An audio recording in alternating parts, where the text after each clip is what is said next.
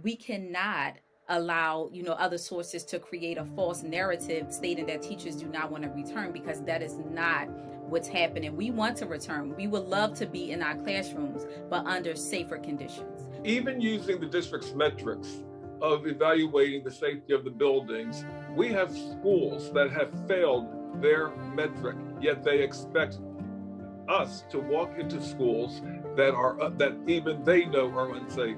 Proper ventilation and mask and vaccinations. They're asking us to return without any of these measures being put in place as early as tomorrow, and then to put a fan inside of the window as if that's going to cure and protect and keep us from contracting any viruses. My classroom was 48 degrees with the heat on full blast and the ventilation fan in the window. Now, I work with children who have intellectual disabilities as well as physical disabilities. 48 degrees with those children in that classroom is a no-go.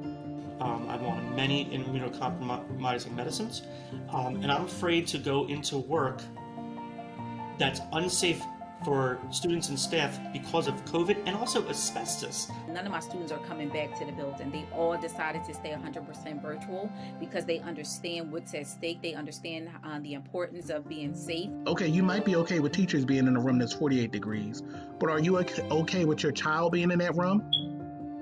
I fear not just for myself, but for my colleagues and for the children and for their families. I feel like I don't want to be in a situation where potentially I could unknowingly pass the virus to one of the kids, or one of the children could unknowingly pass the virus to me, and then it spreads to their household or it spreads to my household.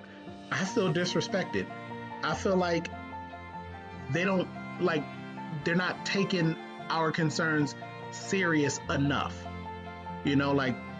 They're joining in with the other public misconception that we don't want to go to work.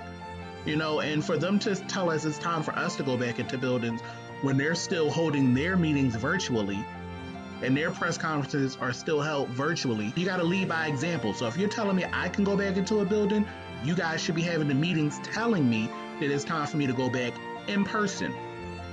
Our PFT members want to return to the schools so that they can work face-to-face with the children.